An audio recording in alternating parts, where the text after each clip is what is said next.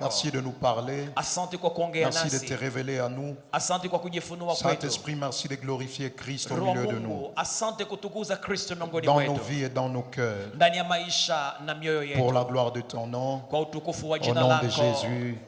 Amen. Nous allons reprendre nos places. Aidez-moi à accueillir ceux qui sont assis à côté de vous. En leur souhaitant la bienvenue. Si vous ne connaissez pas le nom, c'est une occasion pour demander le nom. Demandez comment ils vont. Comment ils ont passé la journée. Demandez comment évolue le programme de prière.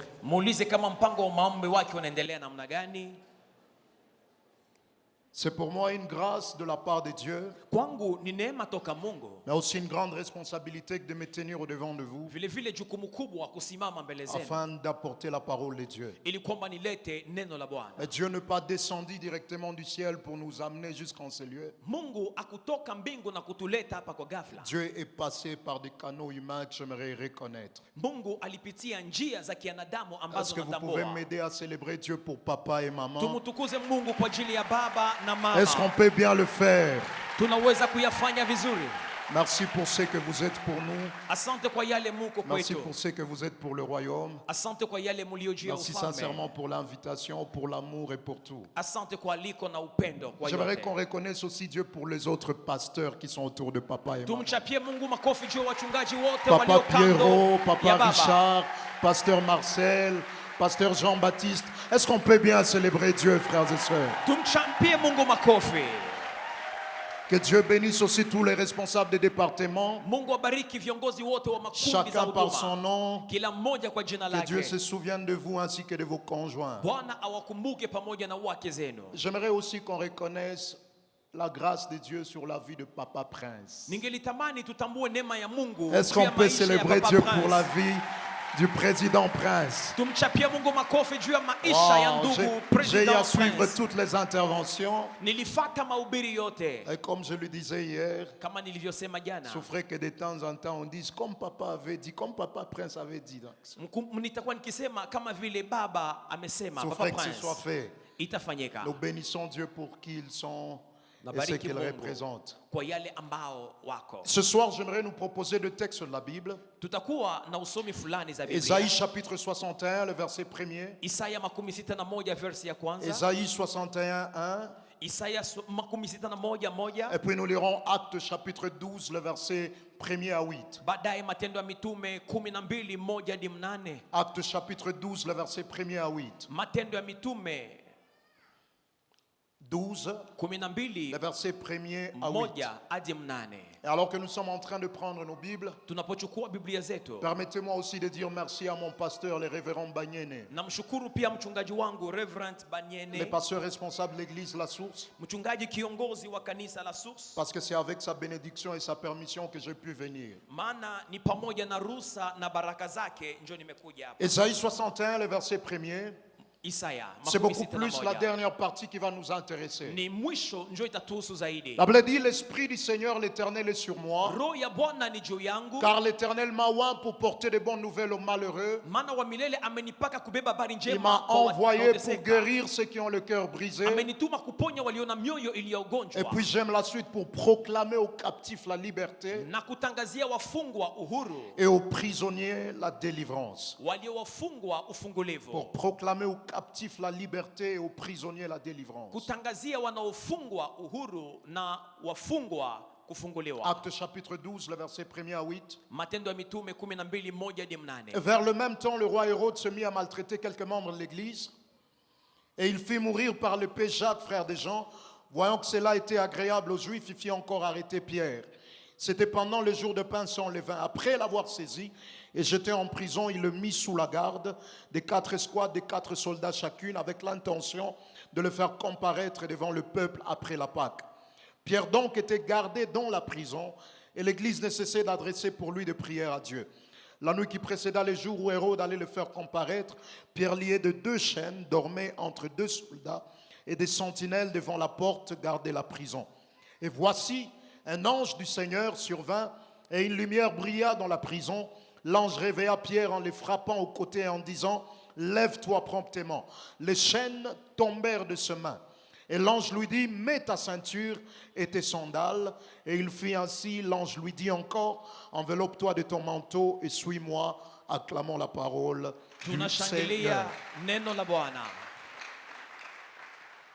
Alors, tel que vous le savez, Kama jinsi mnavyojua, le thème qui est en train d'être exploité pendant ces 14 jours mada inayohubiriwa kwa siku 14 de grâce insondable, ya neema bila kipimo il a intitulé Appel à la plénitude de vie. inakuwa ni wito kwa utele wa uzima. Et déjà le premier jour, notre papa a introduit, Siku ya kwanza baba ameanza de kiingilio, là l'homme de Dieu Prince a pris jusqu'hier. baadaye mtu wa Mungu Prince amehubiri Et par la azijana. grâce de Dieu, nous prenons ce soir jusqu'au lundi. Kwa jioni, kwa neema ya Mungu tutaanza leo hadi siku ya Et la kwanza. direction que je prendrai, Na mwelekezo ambao je nitachukua l'ai intitulé Les obstacles à la plénitude de vie. inakuwa vizuizo kwa utele. Les obstacles à la plénitude de vie. Vizuizo kwa utele wa maisha wa Mais uzima. la stratégie que je vais aborder, ce ne sera pas simplement nous donner les obstacles, Mbinu ambayo nitatumia haitakuwa tu kuonesha hiyo vizuizo, parce que ça ne nous sera pas suffisant de savoir quels sont les obstacles. haitatoshelea kujua tu hizo Mais vizuizo. au-delà de voir les obstacles, nous verrons comment on peut arriver à vaincre cela. Zaidi ya kuona vizuizo, tutaona jinsi ya kushinda hiyo. Dans Actes chapitre 12, Ndani ya Matendo ya Mitume la Bible est en 12, train de nous parler d'un temps où l'Église commence à connaître des persécutions. Biblia inaongelea siku ambazo kanisa lilianza kusumbuliwa. Un peu avant, ils ont connu des persécutions Karibuni mbele walishambuliwa de la part des chefs religieux, kupitia wakubwa wa madini, de la part des principaux de la loi. kupitia wakubwa wa sheria. Mais il est arrivé un temps où ils commencent à connaître la persécution Ilifika muda ambapo wanaanza kuatarishwa de la part des autorités politiques durant cette kutoka période. viongozi wa siasa wa nchi. Et la Bible dit, lorsque Hérode devait commencer à persécuter l'Église, Herodi alipoanza kutesa kanisa, il n'a pas touché tout le monde au sein de l'Église. akugusa watu wote kanisani. Il a commencé à cibler les responsables, les têtes de l'Église. Alianza kushambulia vichwa vya La kanisa. Bible dit, la première des choses, il a pris, il a tué Jacques. Jambo la kwanza alimuua Yakobo. Il a tué Jacques par l'épée. Alimuua Yakobo na Et la upanga. Bible dit, après l'avoir tué, Kisha kumuua, il a vu que cela était agréable aux Juifs. akaona kwamba Wayahudi Et walifurahia. dès qu'il a vu que c'était agréable aux Juifs, Alipoona kwamba Wayahudi il a wamefurahi, procédé à l'arrestation de Pierre. alimfunga Petro. L'objectif, c'est aussi tuer Pierre. Lengo ilikuwa ni kumuua Mais il Petro. prend Pierre, il ne le tue pas au même moment. Anamchukua Petro akumuua Parce mara qu'il moja, évitait un obstacle, la célébration de la Pâque. maana alizuiza na Pasaka. Mais la Bible dit, il a pris, il l'a placé dans la prison. Alimchukua na kumuweka Et il dit, gerezani. après la Pâque, je vais le tuer. Akasema kisha Pasaka nitamuua. Mais la Bible déclare quelque chose d'intéressant. Biblia inasema La jambo Bible la dit, pendant muhimu. que Pierre était dans la prison, Petro alipokuwa ndani ya jela, l'Église ne cessait d'adresser des prières à Dieu en faveur de Pierre. kanisa lilikuwa likimwombea Et comme signe d'exaucement de prière kama vile jibu la maombi que l'Église était en train de faire en faveur de Pierre, ya maombi kanisa lilikuwa likiomba juu ya la Bible Petro. dit, le temps est arrivé où Dieu devait les délivrer. Muda ulifika ambapo libidi Mungu amfungue. Et Dieu a envoyé un ange. Mungu akatuma malaika. L'ange est arrivé dans la prison. Malaika akafika jelani Et pour tirer Pierre de la kwa prison, kuweza kumwokoa il y a Petro. des choses qu'il a eu à faire. Kuna vitu La amefanya. première des choses, Jambo la la kwanza Bible dit, il a réveillé.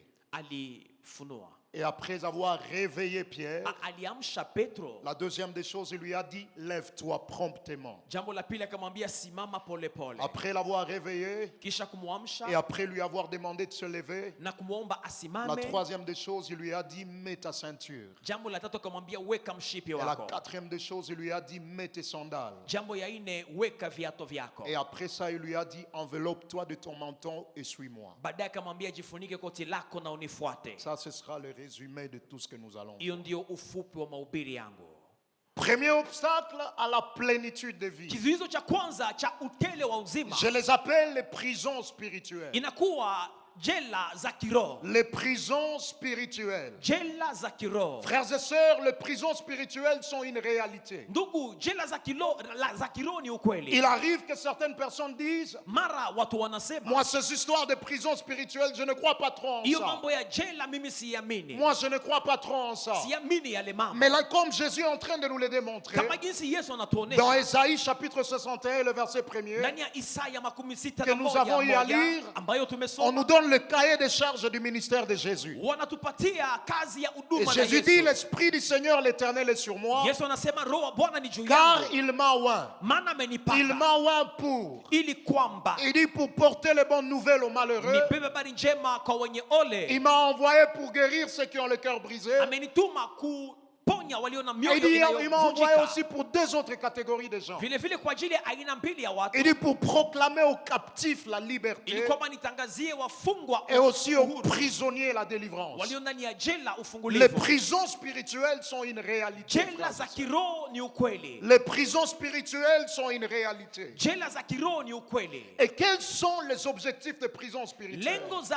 jela za kiroho ni Les gani? prisons spirituelles visent à faire deux choses. Zinatafuta vitu mbili. La première des choses, Jambo la ce kwanza sont des endroits où vous êtes placés ni nafasi ambapo nawekwa pour que vous soyez éteints. ili kwamba uzimishwe, Pour que vous soyez éteints. ili kwamba uzimishwe. Mais deuxièmement, Jambo la ce pili sont des endroits dans lesquels vous êtes placés ni nafasi ambapo nawekwa pour que vous soyez restreints. ili kwamba ufanywe mdogo, Restreints. ufanywe mdogo. La Bible est en train de dire, Biblia inasema en parlant d'Hérode, walipongelea qu'Hérode a tué Jacques. Herodi aliua Yakobo. Jacques a été éteint. Yakobo alizimika. Mais on prend aussi Pierre, Wakamchukua on Petro, le place dans la prison. wakamuweka ndani ya Pendant jela. que Pierre est dans la prison, Anapokuwa ndani ya Pierre jela, n'est pas encore éteint, Petro Jacques a ayazimishwa, été éteint. lakini Yakobo Mais Pierre alizimishwa, est restreint. lakini Petro anafanywa mdogo. Parce que pendant qu'il est dans la prison, Alipokuwa ndani ya il y a jela, des choses qu'il ne peut pas faire. kuna vitu hawezi Il ne akafanya. peut pas exercer pleinement l'appel de Dieu sur sa vie. Hawezi kuishi mwito wa Mungu juu Il ne yake. peut pas jouir de la plénitude de Dieu Hawezi dans sa vie. furahia utele wa Mungu Il est en maishani train de mwake. vivre des limites. Ako naishi mipaka. Des limites qui lui ont été imposées par Hérode. Mipaka ambayo Herodi Hérode alimpatia. qui l'a placé dans cette prison. Herodi aliyemweka ndani ya jela ile Que des gens, frères et sœurs,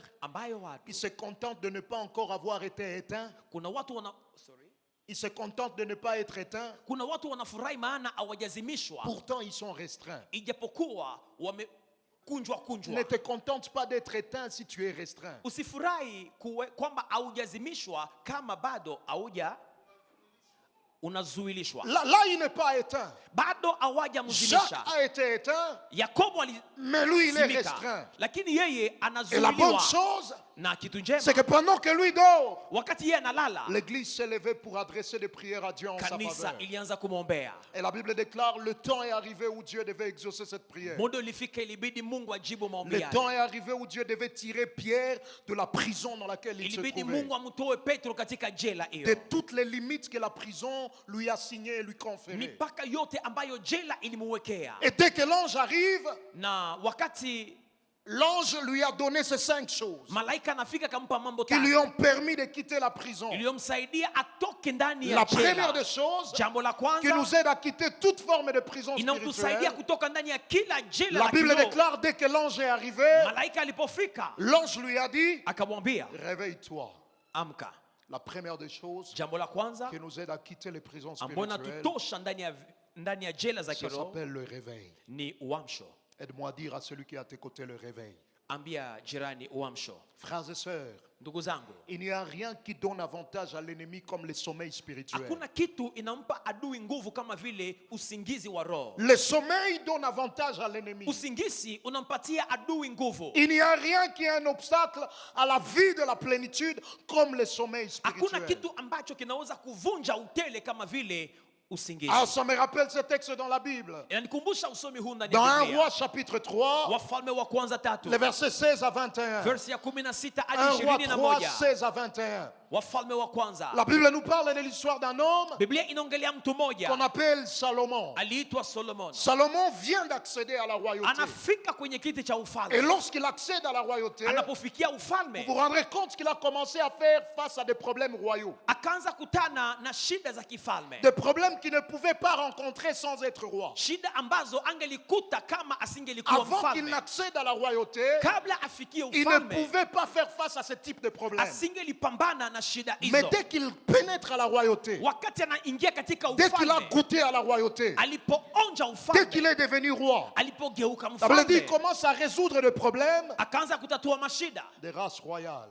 za ngazi la kifalme. À chaque fonction Kwa kila kazi correspond des défis qu'il faut. kuna shida zake. Et frères et sœurs, Ndugu zangu, voilà pourquoi n'enviez pas une fonction si vous n'avez pas l'onction qu'il faut qui correspond ndio à cette maana fonction-là. usitamani cheo fulani kama una upako ya hiyo cheo. C'est très dangereux d'avoir une fonction sans onction. Ni hatari kuwa na cheo bila upako wa hiyo cheo. Remarquez par exemple, Tambua kwa mfano, le jour où siku ambapo le roi Saül a péché, mfalme Saulo alifanya la Bible dhambi, dit Dieu a retiré son esprit. Mungu akaondoa roho yake, Il juu a yake. retiré son onction. Akatosha upako Il est wake. resté avec la fonction royale, mais il n'avait plus d'onction royale. Akabaki na kiti cha ufalme bila mafuta ya Et ufalme. lorsque Goliath s'est levé, Goliathi comme aliposimama obstacle à la nation, kama vile kizuizo kwa pendant cette ufalme, période-là, kwa hiyo muda c'était les chefs de la nation ni kiongozi wa qui nchi, devraient affronter l'ennemi pour le compte de la njo nation. ilibidi apambane na adui juu ya Mais taifa. lorsque Goliath se lève, Goliathi anaposimama, ce n'est pas celui qui a la fonction royale qui affronte Goliath. si yule aliye na cheo ya ufalme njo C'est celui anapambana qui na a Goliathi, l'onction royale qui affronte ni yule Goliath. aliye na upako ya ufalme njo anapambana na Goliathi. N'envie pas une fonction Usitamani cheo si tu n'es pas sûr d'avoir l'onction qu'il faut qui va avec cette fonction. kama hauna uhakika ya mafuta ya kazi hiyo. Parce qu'à chaque fonction Kwa kila cheo correspond des défis. kuna mashida.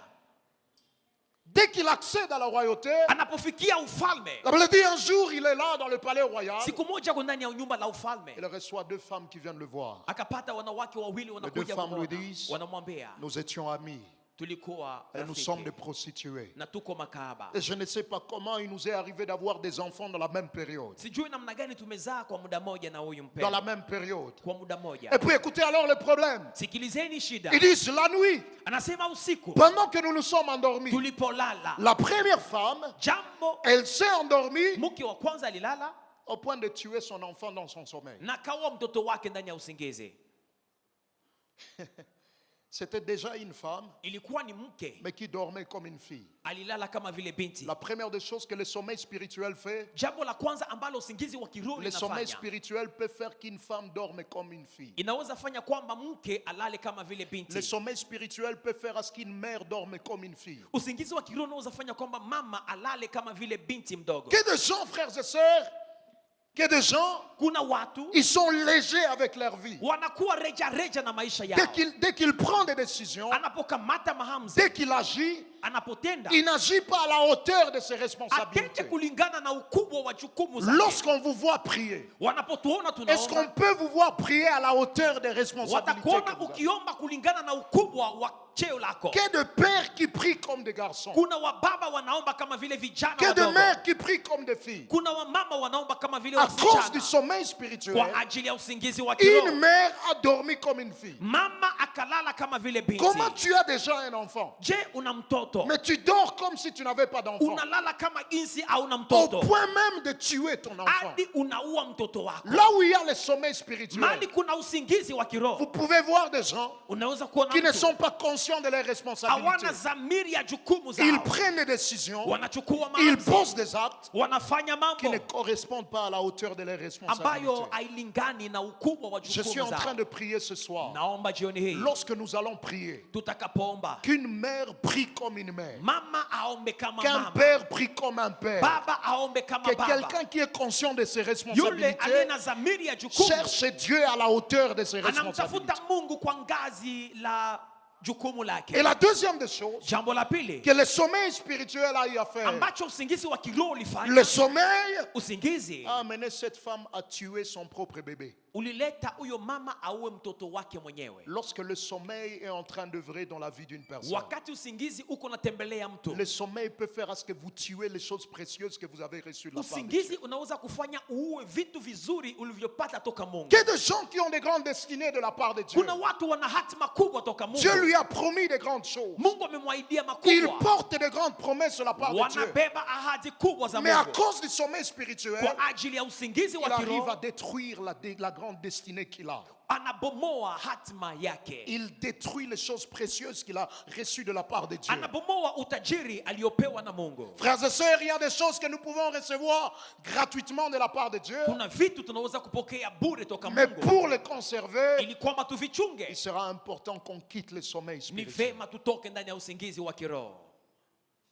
Dans le sommeil, ndani ya usingizi elle a dormi comme une fille. alilala kama binti. Dans le sommeil, Ndani ya usingizi elle a tué son propre enfant. aliua mtoto wake mwenyewe. Et regardez ce qui se passe avec l'autre femme de l'autre côté. Tazameni huyo mke mwingine kwa ngambo nyingine. Parce que la Bible dit, après s'être réveillée, Kisha kuamka elle a réalisé que l'enfant qu'elle avait était mort. akatambua mtoto aliye naye C'est son amefariki. enfant à elle.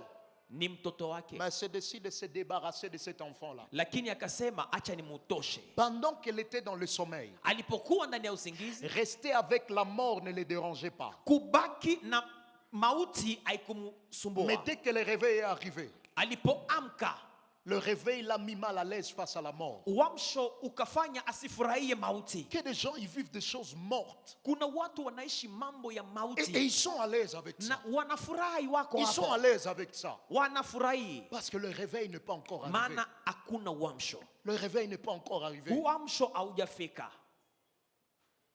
Lorsque le réveil arrive, Wakati uamsho unafika, troisièmement, il vous amène à être mal à l'aise avec la mort. jambo la tatu inafanya kwamba usifurahie kifo. Mal à l'aise avec la mort. Usifurahie kifo. Mal à l'aise avec tout ce qui a trait à la mort. Usifurahie yote iliyo mauti. Ah, j'ai aimé le thème appel à la plénitude des vies. Nilifurahia hii mada, wito kwa utele wa Tout uzima. ce qui n'est pas de la vie de Dieu en nous, on va refuser ça. Yote ambayo hailete uzima wa Mungu ndani mwetu tutaikataa. Si ce n'est pas la vie, on ne rentrera pas avec ça. Kama haiko na uzima hatutaibeba na Mais kurudi c'est le nayo. réveil qui va nous amener à ce niveau-là. Ni uamsho unatubeba kwa jambo lile. Et la Bible déclare en parlant de l'autre femme, Walipoongelea huyo mke mwingine pendant qu'elle était endormie, alipokuwa nalala, celle qui se débarrasse de son enfant yule anayetosha mtoto vient, wake elle regarde que l'autre était endormi. akaona mtoto mwingine alikuwa na uhai, Elle a changé d'enfant. akabadilisha Elle lui a watoto, donné un enfant qui ne lui appartenait pas. akampa mtoto mwenye haiko Elle wake, prend son enfant et elle va avec. na kaiba mtoto wa watu na kwenda Le naye. sommeil spirituel Usingizi wa ou kiroho le sommeil a fait que l'autre femme ulifanya kwamba huyo mke mwingine subisse les choix de quelqu'un d'autre. aishi maamuzi ya mtu Elle est mwingine, en train de vivre la volonté de quelqu'un d'autre dans le mal. ako naishi kutaka ya mtu mwingine ndani ya mabaya. Donc elle était endormie. Alipokuwa nalala Elle n'avait pas de problème avec ce qui se passait. hakukuwa na shida na yote Donc elle iliyopitika. était endormie. Alipokuwa nalala Elle était en train de vivre la volonté de quelqu'un d'autre dans le mal. alikuwa naishi mapenzi ya mwingine katika Frères et ubaya. sœurs, Ndugu zangu, lorsque le sommeil est en œuvre dans la vie de quelqu'un, wakati usingizi uko ndani ya maisha ya le mtu, sommeil est capable de faire à ce que tu vives les conséquences de volonté d'autres personnes dans le mal. usingizi utafanya kwamba uishi mabaya ya watu wengine, maana wanaitaka. Quelqu'un s'était décidé de faire quoi sur toi? Mtu fulani anaamua kufanya mabaya fulani juu Et yako, parce que tu es dans le sommeil spirituel, maana uko ndani ya usingizi wa les choses kiroho, qu'il a eu à faire vitu ambavyo seront amefanya opérationnelles dans ta vie. vitaonekana maishani Et la mwako. Bible déclare, Biblia inasema lorsque cette deuxième femme s'est réveillée, wakati mke wa pili aliamka, elle a regardé, alitizama. et j'aime la précision de la Bible. Napenda hiyo Biblia La Bible dit, inasema elle a regardé attentivement l'enfant. akaangalia na Parce que le makini, réveil apporte un regard attentif. na hiyo jicho la uhakikisho. Là où il y a le réveil, il y a un regard attentif. Mali kuna uamsho, kuna jicho la Tu uhakika. te dis, ça, c'est pas normal. Unasema hii Les haiwezekani, choses ne peuvent pas rester comme ça. mambo hayapaswi baki hivi. Jusqu'à quand ça va rester Hadi comme ça? lini itakuwa hivi? Mais lorsqu'on est dans le sommeil, Wakati uko ndani ya usingizi on est à l'aise. uko shwari, C'est la volonté de quelqu'un d'autre dans le mal, on subit ça. mwingine ameamua niteseke, basi On est ndaishi en train de vile. subir les conséquences de choix d'autres personnes dans Uko le mal. naishi matokeo ya uchaguo ya watu wengine ndani ya mabaya. Lorsque le réveil arrive, il apporte un regard attentif. Wakati uamsho unakuja, unaleta jicho la uhakika. J'aimerais, pendant que nous sommes en train de parler, parce qu'après ça, on va avoir un moment fort de prière, que tu sois en train de regarder attentivement tout domaine de ta vie. Kuwa naangalia kila ngazi la maisha yako. On nous a dit, lorsqu'on parle de la plénitude de vie, ça concerne l'être, les avoirs et le faire. Tunapongelea utele, unagusa uto, mambo tulionayo na yale Essaye tunayotenda. de regarder attentivement chaque domaine de la vie. Tizama kila kiwango cha maisha yako. Et la Bible dit, la première des choses, Jambo la kwanza, l'ange lui a dit, malaika réveille-toi. alimwambia amka. Et après cela, la deuxième chose, Jambo la pili, il lui a dit, lève-toi. alimwambia simama. La deuxième des choses qui nous aide à quitter les prisons La spirituelles, pili c'est s'élever. ni kusimama. Frères et sœurs, Ndugu zangu, il est possible de se réveiller, mais de ne pas s'élever. yawezekana uamke na usisimame. C'est possible de se réveiller, mais rester sur le lit. Yawezekana uamke na unabaki kitandani, Tu ne sortiras pas de la prison. hautatoka ndani ya jela. Il dit, au-delà de te réveiller, Zaidi ya kuamka, lève-toi, simama, lève-toi, simama, lève-toi. simama. Se lever Kusimama implique 4 choses. inamaanisha mambo ine. La première des choses Jambo la kwanza que se lever implique, ambayo kusimama inamaanisha, ça implique arrêter de s'apitoyer sur son sort. inamaanisha kuacha kulia juu ya hali yako, Arrêter de s'apitoyer sur son sort. kuacha kununa juu ya hali yako. Que des gens qui sont là, Kuna watu wako ils hapo se victimisent. Oh, nous, on wanajililisha, ne peut rien faire dans la vie. mimi sitafanya Nous qui kitu, sommes nés dans telle famille, sisi tuko ndani ya jamaa on fulani, subit des résultats des choses que les gens ont eu à faire avant nous. tunaishi mabaya ya watu waliofanya mbele, Et ils sont là qu'à ne pleurer, et ne wako pleurer hapo simplement. wakilialia. Un jour, j'ai rencontré quelqu'un Siku moja nilimkuta qui était mtu en train de faire face à des moments difficiles. ambaye alipitia muda mgumu, Et puis il me dit, je n'arrive même pas à prier. na akasema sifikii Toutes hata les fois que je kuomba. commence à prier, Kila mara ninapoanza omba je pleure, je pleure, je pleure. ninalia Et puis je dors. na baadaye nalala. Demain encore, Kesho je pleure, je pleure, je pleure. Et puis je nalia dors. na baadaye nalala. Après ça, je pleure, je pleure. Baadaye nalia. Il y a des choses que tes pleurs ne te donneront pas. Kuna vitu ambavyo machozi haitakupaka. À un moment, il faut te décider de te lever. Mara inabidi usimame, amua kusimama. Je ne dis pas que ce n'est pas mal de pleurer. Siseme kwamba ni vibaya kulia. Mais rassure-toi que tu ne restes pas qu'à pleurer. Hakikisha kwamba usibaki unalieka Parce kila qu'il y a des siku. choses que les pleurs ne vont pas te donner. Maana kuna vitu kulia haitakupa. Il y a des solutions que tu n'auras pas par le pleur. Kuna majibu hautapata juu ya Il y a des machozi. gens de plénitude que tu n'auras pas que par le pleur. Kuna aina za utele hautapata kama unalialia. Alors lève-toi. Sasa wewe simama. La deuxième des choses que se lever veut dire, Jambo ya pili ya kusimama, maana ya kusimama. se lever veut dire Kusimama arrêter de normaliser certaines choses. inamaanisha kuacha kukamata kawaida kila kitu. Arrêter de normaliser certaines choses. Acha kukamata kawaida mambo fulani. Il y a des gens qui ont trouvé normal Watu- des choses qui sont anormales. Wamekuta kawaida mambo siokuwa kawaida. J'ai rencontré une famille Nilikuta jamaa dans moja, laquelle personne ne dépasse 49 ans. umo hakuna ambaye anapitisha miaka 49. Ils ont perdu leur maman récemment à 47 ans. Mama yao alikufa na miaka Leur papa 47. était décédé à 44 ans. Baba yao alikufa na miaka Maman, dans 44. cette famille, il n'y a personne qui a au-delà de 49 ans. Hakuna ambaye anakuwa na zaidi ya miaka Et puis pendant que je leur 49. disais, est-ce que vous savez que ça c'est un problème? Na nilikuwa nikiwaambia, mnajua kama hii ni shida? On n'a jamais vu ça comme un problème. Wakasema hatujawahi kuona hiyo Ils kama disent, à shida. un moment,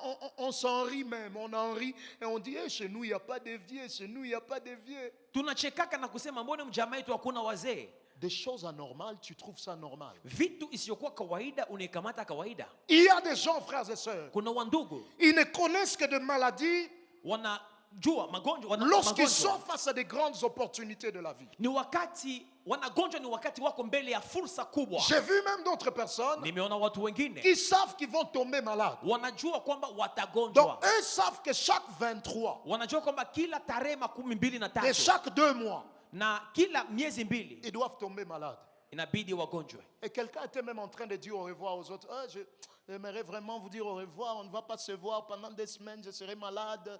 Parce que le 23 approche. Na mtu mmoja alikuwa anaanza laga na kusema hatutaonana katika wiki 2 maana nitagonjwa. Et la personne trouve ça normal. Na huyo mtu anajua hiyo ni kawaida. Elle trouve ça normal. Anakuta ni kawaida. Que de maladies Kuna magonjwa qui ne peuvent venir ambazo que haziwezi toutes kuja, les fois que l'argent entre dans la maison. zinakuja ni wakati makuta inaingia Toutes les mjamaa. fois que l'argent entre, Siku ulipata makuta, le maladie se lève. magonjwa nasimama.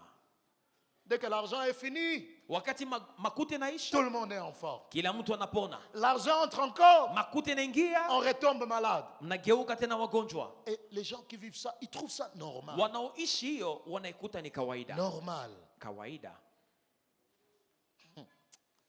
C'est là que lorsque tu lui dis lève-toi, c'est toi qui le trouves anormal. Ni hapo napomwambia amka, anakuta kwamba wewe ndio auwaze mzuri.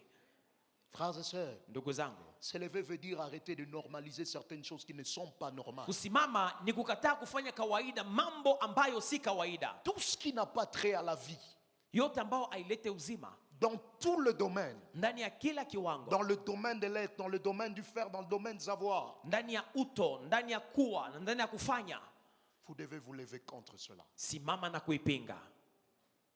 Et la troisième des choses que se lever veut dire, Jambo ya tatu ambayo inamaanisha kusimama, se lever veut dire poser des actes inamaanisha kufanya matendo qui feront de vous un acteur de votre changement. itakayofanya wewe uwe mchezaji wa mabadiliko yako. Poser des actes Kufanya matendo qui feront de vous des acteurs de votre changement. itakayokufanya mchezaji wa mabadiliko yako. Frères et sœurs, Wandugu, dans la vie, il y a trois types de personnes. ndani ya maisha kuna aina tatu ya watu. Il y a des gens par rapport au changement. Kuna watu ambao kulingana La na première mabadiliko, catégorie des gens, la première catégorie des gens aina ya kwanza ya par watu rapport au changement, kuhusu la mabadiliko, première catégorie des gens, aina ya kwanza ce sont les gens qui se plaignent que les choses ne changent pas. ni watu wanaonuna na kusema vitu havibadilike, Les plaintifs. wanaonuna. La deuxième catégorie des gens, Aina ya pili ce sont les gens qui souhaitent que les choses changent. ni watu wanaotaka mabadiliko Et ils ne se limitent qu'au souhait. na wanaishia tu kutaka. Ils souhaitent que les choses changent, mais ils ne font rien pour que les choses changent. Wanataka mambo yabadilike lakini hawafanyi lolote. Mais la troisième catégorie des gens, Lakini aina ya tatu ce sont des hommes et des femmes qui changent les choses. ni watu wanaobadilisha mambo.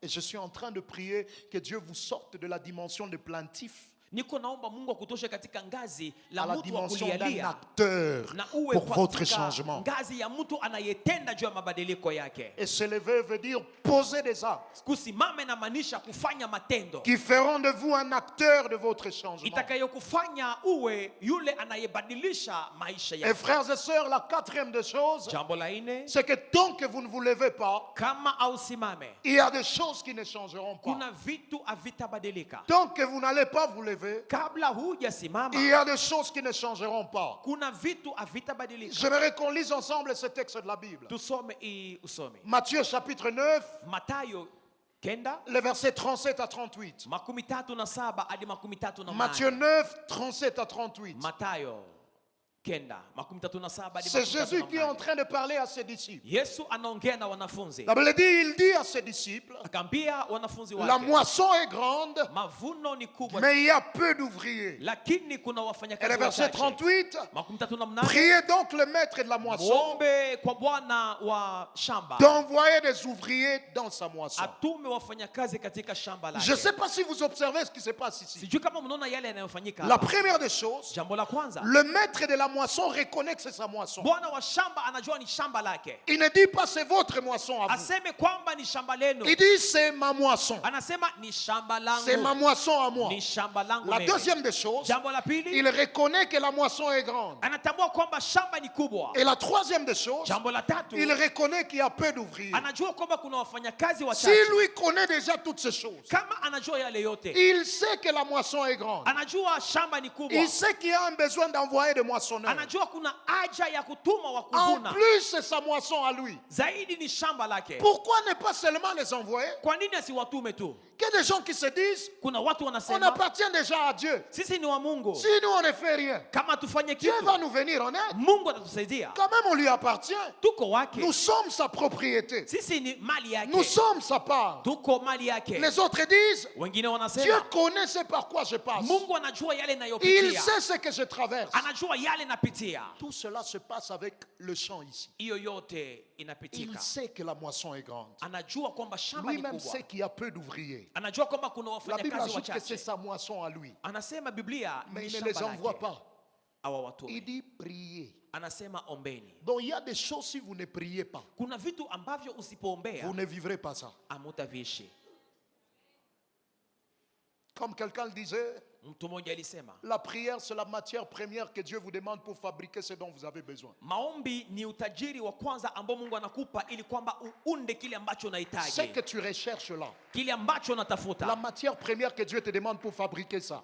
Chombo ya kwanza ambayo Mungu anakupa Ça kwa s'appelle la kuipata prière. ni maombi. Ne te limite pas à dire, Usiseme tu Dieu me connaît. Mungu ananijua, Dieu voit tout ce par quoi je passe. Mungu anaona hali Je lui ninayopitia, appartiens. mimi ni mali yake. Donc sans faire quoi que ce soit, Bila kufanya lolote il me viendra en aide. atanisaidia. Il dit, priez. Anasema ombeni, Si vous ne priez pas, kama muombe il ne va pas les envoyer. atawatuma. Si tu ne te lèves pas, Kama usimame, aide-moi à le dire à celui qui est à tes côtés, si tu ne te lèves pas, nisaidie kuambia jirani, kama usimame, dis-lui, il y a des choses qui ne se lèveront pas pour toi. mwambie kuna vitu havitasimama kwako. Et la troisième des choses, Na jambo la tatu, après lui avoir dit, lève-toi. kisha kumwambia amka. La troisième des choses Jambo la que tatu l'ange a eu à lui dire, ambayo malaika il lui a alimwambia, dit, mets ta ceinture. alimwambia weka mshipi La wako. troisième des choses qui nous aide à quitter les prisons Jambo spirituelles, la tatu ilikuwa tutoke katika c'est mettre notre ceinture. kifungo cha kiroho ni kuweka mshipi, Mettre la ceinture. kuvaa mshipi. Qu'est-ce que ça veut dire? Inamaanisha nini? Ephésiens chapitre 6, le verset 14, Waefeso 6:14 va nous aider à comprendre ce que ça veut dire. itatusaidia kuelewa maana. Ephésiens 6, 14. Waefeso 6:14 La Bible est en train de dire, Biblia en inasema, parlant de l'armure que nous sommes censés revêtir. tunapongea juu ya silaha za kuvaa. La Bible dit, tenez donc ferme. Biblia inasema msimame Et imara. puis en premier lieu, on nous dit, Jambo la kwanza, ayez à vos reins la vérité pour ceinture. muwe na ukweli kama vile mshipi. Ça veut dire que la ceinture, c'est le symbole de la vérité. Ni kusema mshipi ni alama ya ukweli. C'est une chose de se lever Ni jambo kusimama et autre chose de se lever par rapport à la vérité. na ni lingine kusimama kulingana na ukweli. On a vu des gens qui se réveillent. Kuna watu waliamka, Ils prennent conscience que les choses doivent changer. wanachukua dhamiri ya mabadiliko ya Au-delà de mambo. se réveiller, prendre conscience que les choses sont anormales, Zaidi ya kuamka, wanatambua kwamba hali ni ils se mbaya, décident de se lever. wanaamua Mais kusimama. lorsqu'il se lève, Wanaposimama, il va voir les féticheurs. anaenda kuona mfumo. Il s'est levé, Aliamka, mais pas par rapport à la vérité. lakini hapana kulingana na ukweli. Alors il ne suffit pas de vous lever, frères et Ya sœurs. maana si kuamka, Il faut vous lever par rapport à la vérité. amka kulingana, simama kulingana na ukweli. Et la vérité a un nom, il s'appelle Jésus. Na ukweli una jina, unaitwa Yesu. La vérité, c'est une personne qui s'appelle Jésus. Ukweli ni mtu anaitwa Yesu. Un des obstacles à la vérité, frères et sœurs, Vibambazi kwa ukweli c'est toujours la réalité. ni hali tunayoishi. La réalité est toujours un grand obstacle à la vérité. Hali tunayoishi inakuwa kibambazi kwa ukweli. Que des gens, pendant qu'ils se lèvent, Watu wanasimama, ils commencent à chercher Dieu. wanaanza kumtafuta Mungu, Ils regardent les réalités de la vie. wanaangalia ukweli za maisha, Et ils se disent, est-ce que vraiment les choses peuvent changer? wanajambia, je, mambo yanaweza Il est en badilika? train de prier. Ako naomba, Il est en train de se lever. ako nasimama, Mais il regarde la réalité des choses que les médecins ont dit. anaangalia ukweli ambao waganga walimwambia. On lui a dit, tu Walimwambia ne peux pas concevoir hawezi kubeba parce mimba que tu n'as pas de trompe. sababu hauna matunda za Alors uzazi. lorsque tu te lèves, Unaposimama à qui vas-tu choisir de rester focalisé? utatizamia nani? Ou sur qui vas-tu rester focalisé? Ama utamtumainia Et nani? c'est sur la réalité Je, ni hali ya ou kweli sur Dieu qui est la vérité? ama Mungu aliye kweli? Parce que même si on te dit que tu n'as pas de trompe et que tu ne peux pas concevoir, Hata kama wanakwambia hauna tunda za uzazi na uwezo le ukabebe mimba, Dieu que nous cherchons, Mungu tunayemtafuta, c'est quelqu'un qui a créé à partir du vide. yeye aliumba kwenye hakuna kitu. Le vide était la matière première que Dieu a utilisée le jour de la création. La matière première que Dieu a utilisée le jour de la création, Jambo ama vyombo ambavyo Mungu alitumia siku ya kuumba c'était le vide. ilikuwa ni utupu. Donc, ce qui n'existe pas, Ambacho akiko, lorsque Dieu entre en jeu, il peut faire à ce que cela ressorte. wakati Mungu anaanza kutenda, anaweza fanya kwamba iwe. Lorsque vous allez prier, frères et sœurs, Wakati mtaomba, ndugu zangu, priez à la dimension de Dieu. ombeni kwa ngazi la kimungu. Ne prions pas à la dimension de nos défis. Tusiombe kwa ngazi la shida zetu. Prions à la dimension de Dieu. Tuombe kwa ngazi la Mungu. Papa, un jour, mon épouse est en train de faire une prière. Siku moja baba mke wangu alikuwa Elle akiomba, dit à Dieu, akaambia Mungu, bénis-moi financièrement, nibariki kwa hali ya au kipesa, point où je serai le premier partenaire financier de mon époux. hadi niwe wa kwanza wa kusapoti huduma ya Elle mume dit, je wangu. refuse que quelqu'un d'autre soit le premier partenaire financier de mon époux. Si ce n'est pas moi. Akasema nakataa pawe mwingine wa kuweza kusapoti wa kwanza Elle dit, huduma Seigneur, yake. bénis-moi à un niveau financier Akasema Mungu nibariki kwa ngazi ya où je pesa, serai en mesure de lui acheter un jet privé. niwe na mamlaka ya kuweza kumuuzia ndege. Celle qui demande un jet privé, Wanaomba ndege, celle qui demande un jet privé à Dieu, anayeomba ndege pour son époux, juu ya mume wake, elle n'a même pas de vélo. ana hata kinga. Mais quelque chose qui m'a béni, Kitu moja c'est linibariki, qu'elle me dit, pendant que je prie ce genre de prière, anasema wakati nafanya maombi kama je ne hiyo, regarde pas ma réalité. siangalie hali Je yangu, prie à la dimension de Dieu. naomba kwa ngazi la Mungu. Frères et sœurs, Ndugu zangu, pendant que nous prions, tunapoomba prions à la dimension de Dieu. tuombe kwa ngazi la Mungu. Beaucoup de gens prient à la dimension de leur réalité. Wengi wanaomba kwa ngazi la hali C'est ce qui fait que la wanaopitia. plupart des gens dans la prière, Hiyo inafanya wengi ndani ya maombi leur foi n'est pas compatible à la grâce disponible. imani yao ailinganishwe ama aipatane na neema iliyo tayari. Imagine, frères et sœurs, Tizameni ndugu zangu, que Dieu te donne un chèque à blanc. Mungu anakupa kartasi Il la te dit, benki, écris tout ce dont tu as besoin que je te donne comme montant. anasema andika yote utakayo nitakupa. Tu vas écrire combien? Utaandika ngapi? Ce que tu vas écrire Hiyo ambayo utaandika est fonction de la foi que tu as en ses capacités. inalingana na imani unayokuwa naye En juu sa ya uwezo provision. na akiba lake. Il y a des gens qui vous diront, Kuna watu utakwambia Mungu atakanipa tu ka 500 basi. nikianguka taku ka 500 Nakale tunda shukuru, nakale tunda shukuru. ndasifu. 500.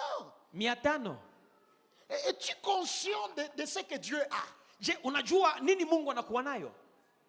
Ne prie pas à la dimension de tes limites. Usiombe kulingana na Il y mipaka a des gens yako. pendant qu'ils prient, Kuna watu ils wanapoomba pensent qu'ils sont en train de prier quelqu'un qui est limité par leurs limites. wanazani kama wanaomba yule aliye na mipaka, anayekuwa na mipaka mbele ya Quelqu'un qui mipaka est yao. défié par leurs défis. Quelqu'un qui est défié par leurs défis. Mtu ambaye ana shida mbele za shida zao. Ah, pourquoi lorsqu'on va prier, si tu sens que celui qui est à tes côtés, ses prières sont en train de te déconcentrer, Ndio maana tu peux tunapoomba, même t'éloigner un peu. kama unaomba na mtu mwenye On iko va- na maombi ya On va kupengama, faire des jitenge prières de naye. folie. Tutafanya maombi ya uenda wazimu. Là où si Dieu me donne un chèque à blanc, Mungu akinipa il kartasi me dit ya écris benki le montant. na kusema Je andika, ne vais pas écrire 1 et puis 0, 0, 0. sitaandika 1 na 0 0. J'écrirai 9, 9, 9, 9, 9, Naandika ni 9, kenda 9, kenda 9, 9, kenda 9, 9. kenda. Et devant, et derrière. Mbele 9, 9, 9. nyuma ni makenda.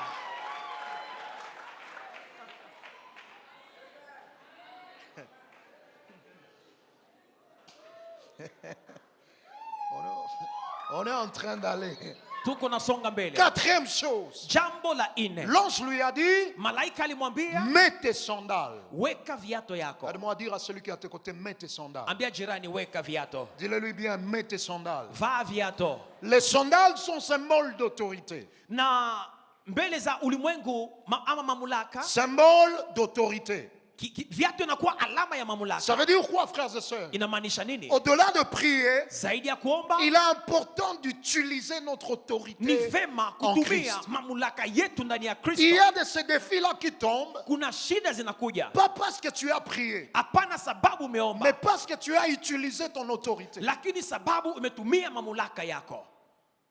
Prier, Kuomba c'est parler à Dieu de nos ni problèmes. kuongelesha Mungu juu ya shida zetu. Utiliser notre autorité, Kutumia mamlaka c'est parler à nos problèmes de notre ni Dieu. kuongea na shida mbele za Mungu. Il y a des choses qui ne changeront pas Kuna vitu seulement havitabadilika parce que tu as parlé à Dieu de ça. sababu uliambia Mungu juu yayo. Mais il y a des choses qui changeront Kuna vitu lorsque vitabadilika tu apprends à parler à ces choses de ton Dieu. wakati unaambia vile vitu mambo kuhusu Mungu wako. Frères et sœurs, Ndugu zangu, chacun de nous, kila mmoja wetu tel que nous sommes là, kama jinsi tuko hapa, depuis notre nouvelle naissance, tangu kuzaliwa kwetu nous upya avons reçu l'autorité spirituelle, tumepewa mamlaka ya kiroho qu'on appelle en grec exousia. ambayo katika Kigiriki inaitwa Nous exousia. avons tous la même exousia spirituelle, Sote tuna exousia moja ya la kiroho, même autorité spirituelle. tuna mamlaka moja kiroho. Et de quoi découle notre autorité en Christ? Mamlaka yetu inatokea wapi ndani ya Dans le Kristo? Nouveau Testament, Ndani ya Agano il y Jipya a 3 types d'autorité. kuna aina tatu ya En mamlaka. parlant de l'autorité spirituelle, Tunapongelea mamlaka ya kiroho, premièrement, jambo la il y a kwanza ce qu'on appelle l'autorité par position inakuwa ni mamlaka kupitia kiti ou par positionnement. ama kupitia cheo Ça ulionayo. veut dire, Ni kusema depuis le jour que vous avez accepté Christ comme Seigneur et tangu Sauveur, siku ulimpata Kristo kama Bwana na Dieu Mwokozi, vous a placé dans une position d'autorité. Mungu alituweka katika kiti cha mamlaka Par rapport aux démons, kulingana mbele za par mapepo, rapport aux esprits, mbele za roho, par rapport au monde des ténèbres, mbele za ulimwengu wa kiroho. vous avez reçu une position qui vous permet d'exercer l'autorité. Mulipata kiti inayokuwezesha kutumia mamlaka. Imaginez que vous entrez dans une entreprise. Tunaingia katika kampuni, Et pendant que vous entrez là, unapofika le huissier vous dit, Zamu anakuambia reste à la porte. baki Tu mlangoni, n'entres pas. hautaingia. Tu restes là. Unabaki hapo. Quelque temps après, Siku chache baadaye, le PDG de l'entreprise, saa chache baadaye, il kiongozi wa arrive, il kampuni te regarde. anakuja na Il kuona, te dit, tu fais quoi là-bas? anasema uko unafanya hapo Et je nini? suis juste ici. Niko tu hapa. Il dit, entre. Anasema ingia. Qui va-t-il suivre parmi les deux? Utasikia nani? Les chefs.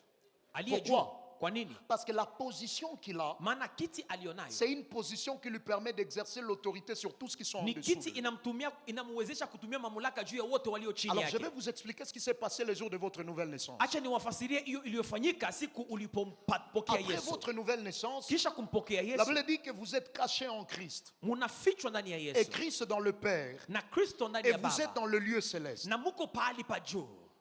Et Ephésiens 6:12 Waefeso nous dit 6:12, car nous ne luttons pas contre la chair et le sang, maana atupambane na mwili na damu, mais contre les dominations, lakini tunapambana na les utawala, autorités, les mamlaka, princes de ce monde de ténèbres, wafalme wa ulimwengu wa les giza, esprits méchants, roho mbaya dans les lieux célestes. ndani ya pahali pa mbingu. Ça veut dire ils sont où les esprits méchants, les diables et tout ça, ils sont dans le lieu céleste. Shetani na mapepo, roho mbaya wako Et pahali nous pa aussi on est mbingu. où? On est aussi Nasi dans les lieux célestes. tuko pahali pa mbingu. Parce que lorsque vous lisez Paul, Unaposoma Paul est Paulo, en train de parler de l'existence de trois cieux. Paulo anaongelea ngazi tatu Il za parle du mbingu. premier ciel, Mbingu la kwanza, du deuxième ciel, mbingu ya pili, là où il y a les mauvais esprits, les esprits mahali kuna méchants, roho et du chafu, troisième ciel, là Na où nous mbingu sommes ya tatu. cachés en Christ et Christ en Dieu, et nous autres dans le lieu ambapo céleste. tunafichwa na Kristo pahali pa juu. mahali Souvenez-vous Mungu du jour iko. où le diable a péché. Siku shetani La alifanya Bible dit il a dhambi, été précipité. alishushwa, Ça veut dire il est sorti du troisième ciel au deuxième ciel. alitoka ndani ya mbingu ya tatu hadi mbingu ya Donc, pili. depuis le jour que vous avez accepté Christ comme Seigneur et Sauveur, Tangu siku ulimpokea Yesu, Dieu vous a placé dans une position qui vous permet d'exercer l'autorité Mungu sur alikupatia tous les nafasi esprits qui sont en dessous. inayokuruhusu kutumia mamlaka juu ya kila roho. Il n'y a aucun démon, Hakuna pepo il n'y yoyote, a aucun esprit hakuna roho qui yoyote est supérieur à l'autorité que vous avez en Christ. ambayo iko juu ya mamlaka ulionayo ndani De ya par la Kristo, position qu'on vous a conférée après votre nouvelle naissance. kulingana na nafasi Mungu amekuweka ulipompokea Mais Yesu. au-delà de l'autorité par positionnement, Zaidi ya mamlaka ya kiti, deuxième autorité, mamlaka ya ça pili s'appelle l'autorité par commission. ni mamlaka ya kupewa. L'autorité par commission. Mamlaka ya kupewa. Matthieu chapitre 28, Mathayo le verset 28 18 à 20. 18 hadi 20. Jésus, après sa résurrection, Kisha Yesu kufufuka il dit tout pouvoir m'a été donné. akasema, nimepewa mamlaka yote, Tout pouvoir m'a été donné nimepewa mamlaka dans les yote ciels mahali pa mbingu et sur la terre. na chini ya jua. Après cela, il leur dit, Kisha hiyo akasema, allez et faites de toutes les nations des disciples, enendeni na kufanya wanafunzi le wote baptisant au nom du Père, du Fils et du Saint-Esprit, mataifa, wanafunzi et na enseignez-leur à wabatize, observer tout ce que je vous ai prescrit. muwafunze kutii Et neno la voici, je Mungu. suis avec vous tous les jours jusqu'à la fin du monde. Nitakuwa nanyi hadi mwisho wa dunia. Remarquez, frères et sœurs, Tizameni, qu'après sa résurrection, kisha kufufuka Jésus a pris l'autorité qu'il avait, Yesu alichukua mamlaka il aliyokuwa a nayo, donné à ses disciples. alipatia wanafunzi. Ça, c'est après sa résurrection. Hiyo ni kisha kufufuka. Souvenez-vous que nous sommes sauvés par le sang de Christ qui a été versé à la croix. Tumeokolewa kupitia damu ya Yesu iliyotiririka msalabani. Mais la question, c'est pourquoi après la croix, Jésus est allé dans la tombe pour ressusciter.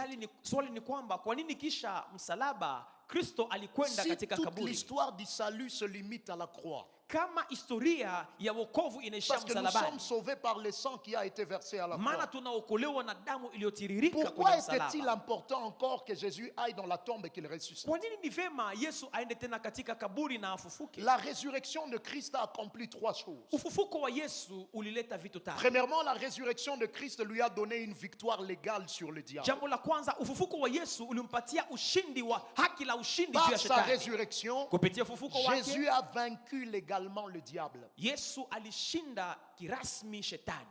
Victoire légale. Ushindi wa kisheria. Le monde des ténèbres, il est très bien organisé. Ulimwengu wa kiroho umejipanga sawa C'est un sawa. peu comme dans l'armée. Ni kama jinsi Il y a kwenye des jeshi. caporaux, il y a des majors, il y a des colonels. Et dans le monde des ténèbres, il y a aussi ça. Kuna wasonga mbele na aina yote ya majeshi. Et Jésus ne pouvait pas commencer à tuer le premier caporal des démons jusqu'à atteindre le diable. Yesu asingilianza kuua songa mbele wa kwanza. Il a su que dans l'armée, lorsque vous avez touché les chefs, vous avez ciblé tous ceux qui sont derrière. Anajua katika jeshi ukimgusa kiongozi unagusa wote. Souvenez-vous de David. Mkumbuke Daudi. David a tué Goliath. Daudi alimuua Mais lorsque Goliathi. les femmes chantent, Wakati wanawake elles disent wanaimba, David a tué 10 000. Wanasema Daudi aliua 10,000. Saül a tué 1000. Sauli aliua En vrai, en 1,000. réalité, David avait tué combien de gens? Ukweli Sauli aliua watu Une ngapi? seule personne. Aliuaka mmoja. Mais il y a des victoires qui correspondent à 10 000 victoires derrière. Lakini kuna ushindi ambazo zinalingana na ushindi 10,000. C'est ce qui s'est passé avec Jésus. Niyo ilipitika na Lorsque Yesu. Jésus a vaincu le diable, Wakati Yesu la alimshinda victoire du shetani. diable, c'est sur aussi tous qui sont derrière lui. Ushindi juu ya shetani ni ushindi juu ya wote À walio telle chini enseigne yake. qu'il n'y a aucun esprit qui peut dire que lui, il n'a pas été bénéficiaire de ce qui s'est passé là. Hakuna roho ambayo inaweza kusema haikufaidia yale yaliyopitika. Alors, à la résurrection, Christ a vaincu légalement le diable. Siku ya ufufuko Yesu alimshinda shetani. Parce qu'on va comprendre que cette autorité, c'est ce qu'il nous a aussi donné. Hiyo mamlaka ndio ametupatia. Donc, ce pouvoir qu'il a sur le diable, Mamlaka alionayo mbele za c'est ce shetani. qu'il nous a aussi donné. Ni hiyo ametupatia. Ça veut dire aucun esprit, Ni kusema hakuna roho yoyote. aucun démon, Hakuna pepo. aucun Dieu de famille Hakuna Mungu wa jamii peut te résister anaweza kushindana nawe ou doit te résister. ama ambaye atashindana nawe. À part la victoire légale sur le diable. Zaidi ya ushindi wa On haki va na voir alors ushindi juu ya comment ça ne shetani. fonctionne pas souvent. Il a aussi vaincu légalement le péché. Alishinda vile vile zambi. Par sa résurrection, Christ a vaincu le péché. Kupitia uzima ama ufufuko De alishinda telle zambi. sorte qu'en marchant selon l'esprit, Ndio maana unapotembea na on peut être en roho mesure de ne pas accomplir les désirs de la chair. yawezekana usitimize tamaa za mwili. Et il a aussi vaincu légalement la mort. Alishinda vile vile mauti. Alors frère, le jour où Jésus ressuscite, Siku Yesu anafufuka, ce même pouvoir, hiyo mamlaka il l'a donné à ses disciples. akaipatia wanafunzi Non wake. seulement qu'après votre nouvelle naissance, vous êtes placé dans une position d'autorité, Zaidi ya kukua katika kiti cha mamlaka mais unapoamini, Jésus vous a commissionné l'autorité. Yesu amekupatia pia mamlaka ingine. Alors là où il y a le problème, c'est souvent où? Mahali ambapo kuna shida ni wapi? Troisième autorité, Mamlaka ya ça tatu s'appelle l'autorité par commandement. ni mamlaka ya kushurutisha. L'autorité par commandement. Mamlaka ya kushurutisha. Luc chapitre 4, le verset 36. Luka 4:36. Luc 4, 36. Luka 4:36. Luc 4, 36. La Bible dit, tous furent saisis de stupeur Wote walikuwa na woga, et ils se disaient les uns aux autres, walijiambia wamoja na quelle est wengine, cette parole? ni neno gani hili? Et puis écoutez la suite, il commande avec autorité et puissance aux esprits impurs Anamuru pamoja na mamlaka roho chafu et ils sortent. na wanatoka. Il dit au-delà d'avoir une position d'autorité, Anasema zaidi ya kuwa na nafasi ya mamlaka, au-delà d'avoir reçu l'autorité par commission, zaidi ya kupata mamlaka kupitia il kupewa, faut commander, inabidi kuamuru, exercer cette autorité. tumia C'est là où mamlaka beaucoup de yale. chrétiens ont des problèmes. Ni hapo Wakristo wana Il est shida. déjà dans une position d'autorité. Ako ndani ya kiti cha Il a mamlaka, été commissionné l'autorité, amepewa mamlaka, mais il ne commande pas. lakini apane mamlaka, Il ne commande pas. atumie mamlaka. Je disais commander, ce n'est pas prier. Kutumia si kuomba. Prier, c'est passer par Dieu. Kuomba ni kupitia Mungu, Mais commander, c'est prendre conscience de qui vous êtes lakini kuamuru ni kuchukua dhamiri ya et kile vous agissez ulicho par rapport à ça. na unatenda. Je vais donner un exemple avec lequel on va finir pour comprendre. Ntapana mamlaka. Un jour, il y avait Mfano, un homme siku moja palikuwa mtu du nom de Kenneth Hagin. aliitwa Kenneth Hagin. Kenneth Hagin. Kenneth Hagin, les gens le connaissent comme le père de la foi. Yeye anakuwa kama baba wa imani. Celui qui a commencé le message sur la foi. Alianza ujumbe juu ya La imani. plupart des gens qui prêchent la foi, ils ont étudié à son école qu'il a laissée après Wengi sa mort. wanaohubiri imani walijifunza Avant sa kwenye mort, masomo yake kabla ya kufa. Rhema Bible Institute aux États-Unis. Alors un jour, il était en train de faire face à des défis dans sa vie. Siku moja alipitia shida, Il s'est dit, je vais aller chercher Dieu jusqu'à ce qu'il me dise quel est mon problème. akasema nitamtafuta Mungu hadi aniambie shida langu ni gani. Et pendant qu'il est entré en retraite de 3 jours, Alipoanza kuomba kwa siku le 3, 3e jour pendant qu'il dormait, siku ya 3 alipokuwa il a nalala, fait une vision. akakuwa na maono. Dans cette vision-là, Ndani ya maono il yale s'est vu en train de marcher. akajiona Sur akitembea. un très long chemin, il ne voyait pas d'issue. Ilikuwa njia mrefu wa kuona Il a mwisho. commencé à marcher. Alianza Il a tembea. commencé à marcher. Alianza tembea. Quelques temps après, il y a Saa chache quelqu'un qui est baadaye, venu, il lui a tendu la main. mtu mmoja alikuja na kumshika Ils mkono. ont commencé à marcher avec la personne. Wakaanza enda pamoja Et il lui naye. pose la question, Akamswali, qui es-tu? wewe ni nani? La personne lui dit, Huyo akasema, moi c'est Jésus. mimi ni Yesu. Elle dit, waouh, Akasema, oh, je fais route avec Jésus. natembea na Ils Yesu. ont commencé à marcher. Wakaanza tembea. Quelque temps après, Saa chache il y a baadaye des ennemis qui sont venus. kuna madui Ils wakaja. ont commencé à lancer des flèches. Wakaanza sukuma Ils ont commencé mishale. à lancer des flèches. Wakasukuma Et mishale. puis vers le bout, c'était des flèches enflammées.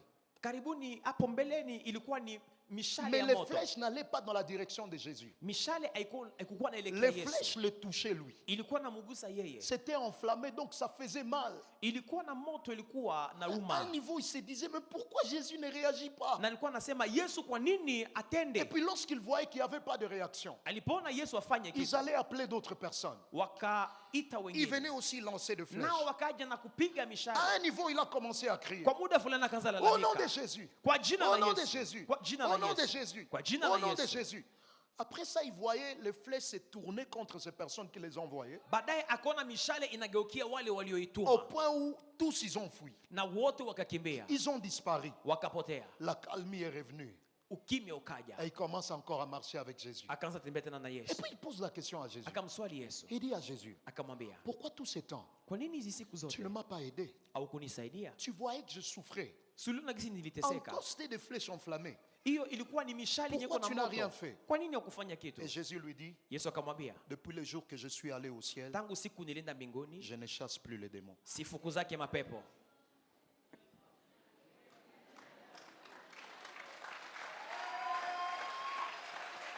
Ça veut dire quoi? Inamaanisha nini? Si toi tu ne les chasses pas, Kama wewe auzifukuze, ça te regarde. binakuona. Le problème avec nous, c'est quoi? Shida pamoja nasi ni Nous nini? sommes déjà dans la position d'autorité. Tuko ndani ya kiti ya Nous mamlaka. avons reçu l'autorité, Tumepewa mais on ne mamlaka commande pas. lakini On atuitumie. attend que Jésus accomplisse pour nous ce qu'il attend que nous fassions pour nous-mêmes. Tunachunga Yesu afanye benye sisi anachunga tufanye. Dieu n'est pas tellement bon pour te donner et la nourriture et mettre sa main dans ta bouche. Yesu haiko mwema hadi mpaka akupe chakula na kukulishe. Alors, exercer notre autorité, c'est pas prier. Tumia mamlaka, hiyo si kuomba. Lorsque vous êtes face aux démons, c'est pas Seigneur Dieu, est-ce que tu peux aider? Est-ce que vraiment Wakati uko Seigneur? mbele ya mapepo, Yesu unihurumie, unitoshee hii mikoshi. Comme un jour on est dans l'intercession Kama jinsi tunapenda et maombezi, puis on donne un cas à quelqu'un unapatia mtu hitaji, et puis il commence à s'y plier. anaanza si. Et depuis qu'on t'a chassé, tu ne pars pas. Est-ce que tu n'as pas vraiment pitié de cette personne? Tangu Tu wiko n'as na pas vraiment kufukuza, pitié. auende, Toi ahurumie aussi. hata huyu mtu. Na wewe pepo, Pitié. kuwa na huruma. On a relaté une histoire, ils sont en train de chasser les démons. Watu moja wako wanafukuza mapepo, Et puis quelqu'un chasse les démons ne partent pas. anafukuza mapepo, mapepo na ganga. Quel est ton nom? Quel est ton nom? Les Jina démons lako ne ni disent nani? rien. Il commence à gifler la personne. Akaanza piga huyo mtu Ouais. makofi. Toi, Ouais. toi, Uko pepo bubu, uko pepo akusema. Ouais. tu Ouais. es miwe ou quoi? Exerce l'autorité. Tumia mamlaka.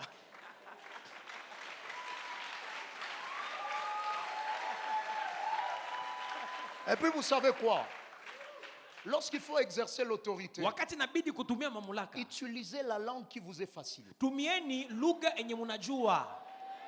Tant que vous êtes encore en train de prier Wakati ungali en naomba français, mu vous français, surveillez la grammaire, noko nachunguza lexique. masharabia C'est que tu n'as pas encore connu de au Jésus. yanza. Seigneur, je te bénis Mungu pour nakubariki tes grâces redondantes. juu ya neema. Seigneur, Kazi. papa, Ndugu,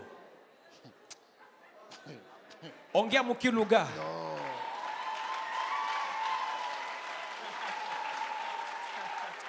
est-ce qu'on peut se tenir debout là où nous Tusimame sommes? tuombe Mungu. Est-ce qu'on peut acclamer Jésus? Tunaweza kumchapia Yesu makofi.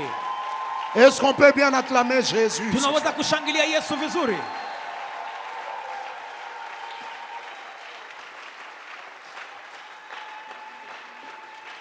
Nous allons continuer demain. Tutaendelesha kesho. La première des choses que nous allons faire, Jambo la kwanza ambalo tafanya, nous allons exercer l'autorité. tutatumia mamlaka. Tu ne vas pas prier. Hautaomba. Prier, c'est passer par Dieu. Kuomba ni kupitia Mungu. Là, c'est toi. Tu prends conscience de qui tu es. Chukua zamiri ya kile ulicho Tu donnes des ordres. na upane oda. Tu commandes. Amuru. Et tu peux même donner des sanctions au cas où ils n'observent pas ce que tu as donné comme ordre. Na unaweza kupana malipizi kama ajibu na kutii. Et si vous osez, comment pouvez-vous jouer de moi? Je, munaweza kucheza na mimi? Comment? Je, à partir d'aujourd'hui, kuanzia leo et si vous osez, na mkapima tena, regarde toutes ces choses qui doivent changer tizama yale yote ambayo inabidi yabadilike dans tous les domaines, ndani ya viwango vyote, et l'être, et les avoir, et le faire. ngazi la uchumi, ngazi la kupata ama la kuwa, Que les réveils t'amènent à prendre conscience uamsho ukusukume kuchukua que zamiri les choses doivent changer. ya kwamba yanapashwa Mais badilika. au-delà de cela, lève-toi Zaidi ya hiyo, amka, simama, et tu te lèves par rapport à la vérité. simama katika kweli. Alors j'aimerais que tu exerces son autorité. Natamani utumie C'est la mamlaka, première chose que nous allons faire. Nous allons exercer l'autorité tutatumia mamlaka par rapport à tout domaine de la vie kwa kuhusu kila kiwango dans cha lequel la maisha plénitude n'est pas un vécu. ambapo utele La plénitude n'est pas un vécu. auonekane. Si tu sens le faire en train de marcher, sois libre. Kama unapenda kutembea, tembea. Si tu sens le faire tel que, sois libre Omba dans n'importe isi quelle langue unataka ndani ya lugha qui va yako te permettre de le faire. itakayokuruhusu Il n'y a pas kuomba. des instruments, juste le son du clavier. Ni sentia tu ndio utapiga. Est-ce que pendant que tu bats tes mains, tu peux déjà commencer à le Unapopiga faire? makofi, anza omba, Commence à le faire, commence à le faire. anza kuyafanya, Commence à le faire, commence à le anza faire. kuyafanya.